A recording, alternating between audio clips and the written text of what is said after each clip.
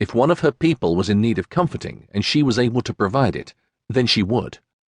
Those in line stared at Ceana with shock, a few of them taking steps backward. Ceana placed a hand on Mary's back and bent forward to whisper, "Hush now. You are safe with us." Mary glanced up at Ceana, swiping at the tears on her face as she did so. "Tell me why you're crying," Ceana said softly. "We'll not judge you." The poor woman clutched at her heart. "My family is gone." "Where have they gone?" Ceana wondered if they'd entered into the games, but Mary didn't look old enough to have a child who would be of age to enter. "My husband was... he was thrown into the oubliette, and my baby... she... died." Ceana's heart lurched at the news. "The oubliette?" A dark hole where criminals were tossed and left to starve and die. She wasn't aware there was one at Sìtheil, but she supposed she shouldn't have been surprised. "Can you stand? I'm certain Prince MacRae will want to hear what you have to say." It was the first time she'd used his title, and it sounded odd to her ears. Mary nodded, and Ceana helped her to stand. "I'm going to return to my chair. Are you well enough to tell your story on your own?" The woman straightened her shoulders and nodded. "Aye, my lady." Ceana smiled warmly, and then returned to her chair. MacRae nodded his approval.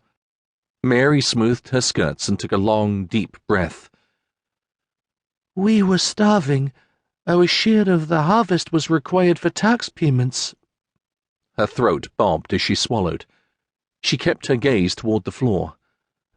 "The only way for us to eat was for my husband to go and hunt." "Which was forbidden," MacRae pointed out, though he kept his voice soft. Mary nodded. "He returned with a rabbit, but while we prepared a stew, 3 guards from the castle arrived. They dragged him from the croft and began to beat him on the ground. They set our croft to flames. They raped me. When they were finished, I rushed back in to get my baby, but it was too late. My husband was gone, and I was alone, with no home and no family. He died in the oubliette they tossed him into." "When did this happen?" She shrugged. "I don't know. It has been many nights. Many weeks, I think." "Where have you been?" Mary swayed on her feet. "I have been held prisoner." "By who?" Again she shrugged. "I do not know." There was a loud grunt from someone in the line behind her. Ceana glanced over the line but could not figure out who had made the noise, or why.